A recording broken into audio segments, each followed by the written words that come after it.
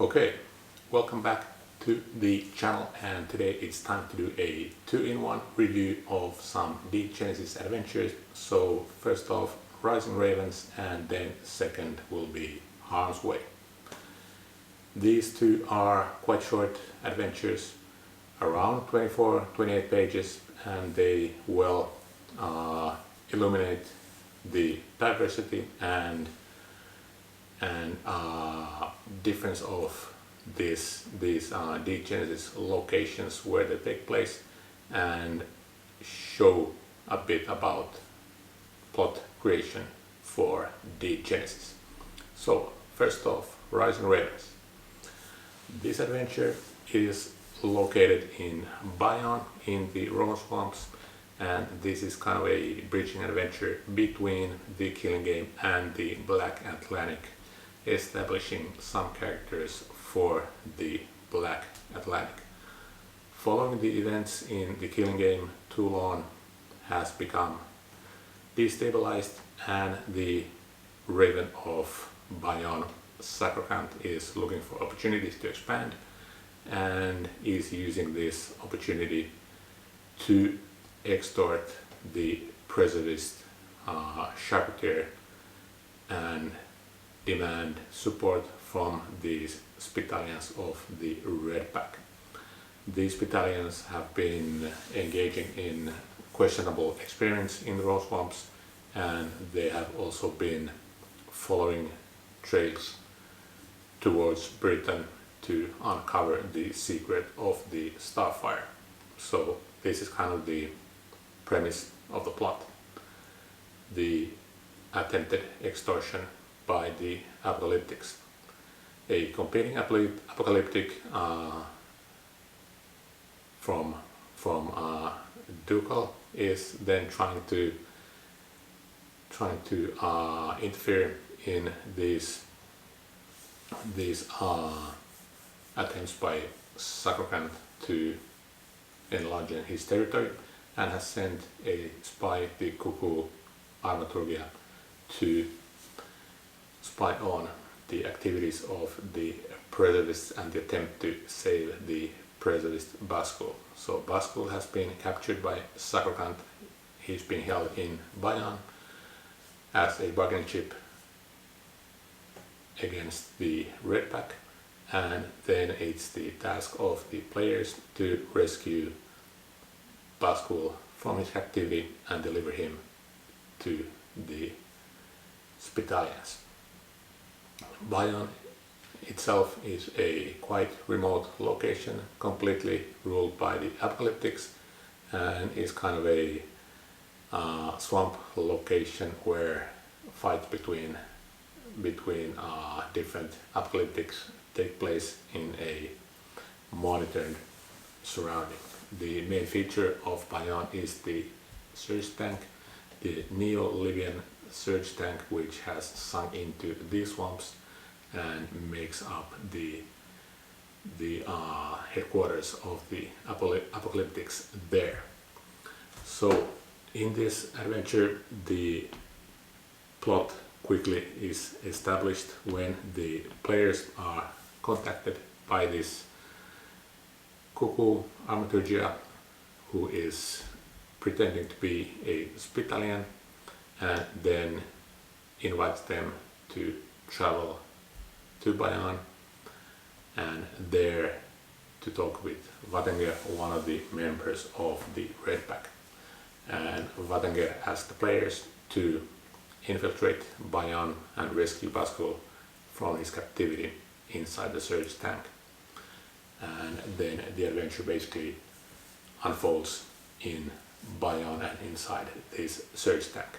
This adventure provides good opportunities for role-playing, both in the village or town of Bayonne, and for some stealthy combat activities when entering the surge tank and dealing with its guardians, both human and animal.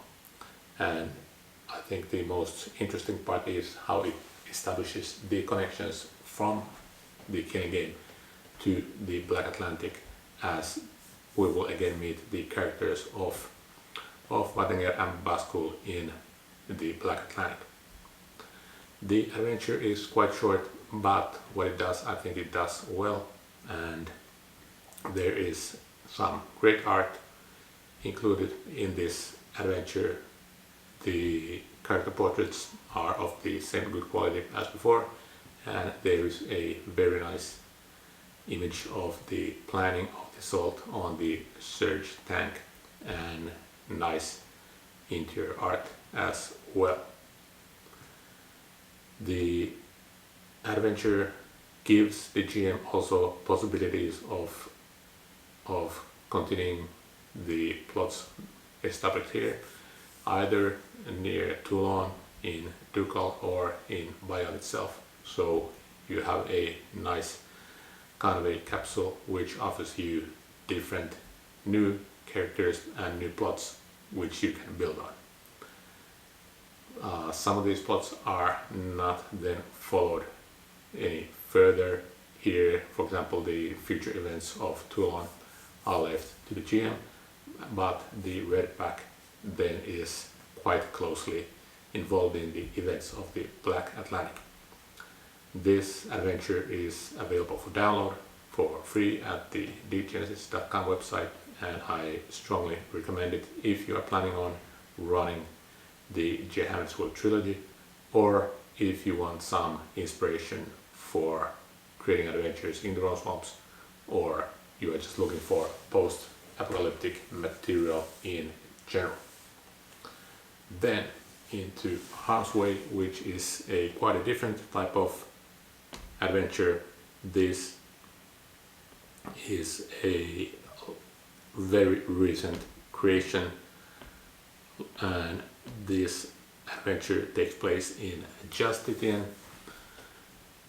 It is very much based on the Justitian books, the Righteous Fist and the Moloch, which contain the setting and the NPCs respectively, and it would be very useful to have those when running Harm's Way.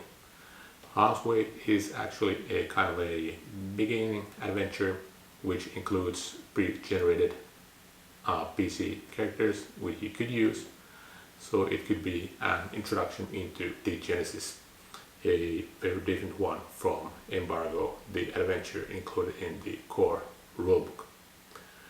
Harm's Way involves the characters being hired by the apocalyptic carrion birds, once again apocalyptics present, to deliver a dead body to Harm for disposal. Harm is a town in the Justitian Protectorate outside of the city of Justitian, where a lot of pigs are being raised, and apocalyptics and other factions are using this opportunity to dispose of corpses by feeding them to pigs.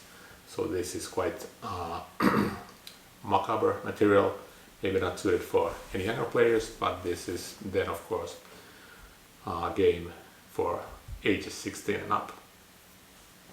So the players set off from Justitian with the corpse in tow and move towards Harm, and on the way there are different encounters which here are established randomly. So at set points the GM is given a chance to roll and see what types of encounters the players have. The encounters are pretty short in the beginning, but they establish the setting and the kind of themes of Justitian well, so that you meet the people living around Justitian and understand better their roles in providing for the city and how Justitian is being run by the judges, who are the chroniclers, who are the providers, the different important cults and groups around Justitian. So there are some encounters on the road, and then on reaching Harm there are some final obstacles to overcome in order to perform this important task. This task of disposing bodies is closely tied to the dynamics between different factions in Justitian, and this adventure offers possibilities for either continuing with these characters, or you could use your own characters to go through this adventure. I feel that this adventure serves pretty well as a beginning type of adventure where you would want to use more fresh, inexperienced characters, as some very experienced characters might just run through this adventure quite quickly, and they would totally demolish any obstacles.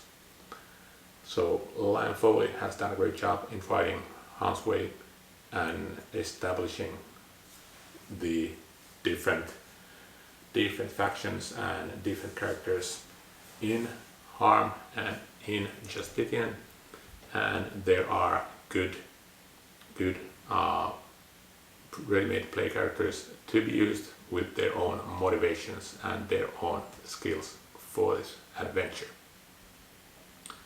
I think personally, when running Harm's Way, I will try to adapt the plot to be done with the current group that we are playing with, and to use this further to establish the ties between the cartel, the apocalyptics, between Justitian and Harm, and to display another side, another facet of this area in Degenesis. Again, the art is very nice. The character portraits especially are pretty, and the whole document is nicely laid out, which is really a characteristic of everything that SIXMOREVODKA has been doing with Degenesis. And it's nice to see that the range of writers also is expanding a bit. The Rising Ravens module being written by Marko Đurđević, and this Harm's Way by Liam Foley.